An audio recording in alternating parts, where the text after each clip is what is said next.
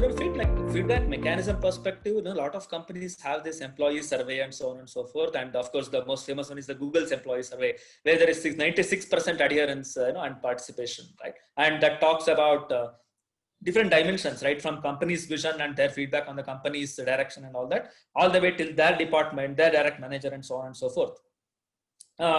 And there are different versions of employee survey, including anonymous, and direct with the name there. And also, I think GE practices, something like they can put a form and there'll be a box in the middle of the floor, and you can go put the the suggestion in that box and so on and so forth. There are different mechanisms, right? But over and above all these mechanisms, what has worked really, really well, and I have good examples on both sides of this.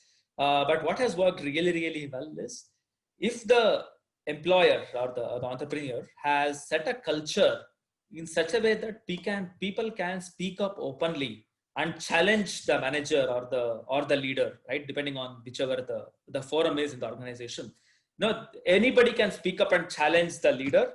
There is no mechanism that beats that mechanism, right? And that mechanism is called the right culture in the organization.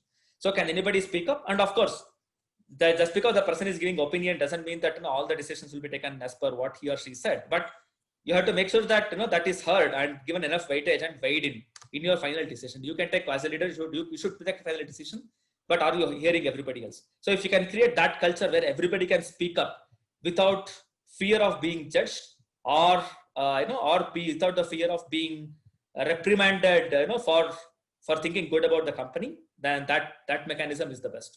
And it's really hard to do it if you're doing right from the beginning. Of course, if you don't have that culture right from the start, of course, it's very hard to change cultures.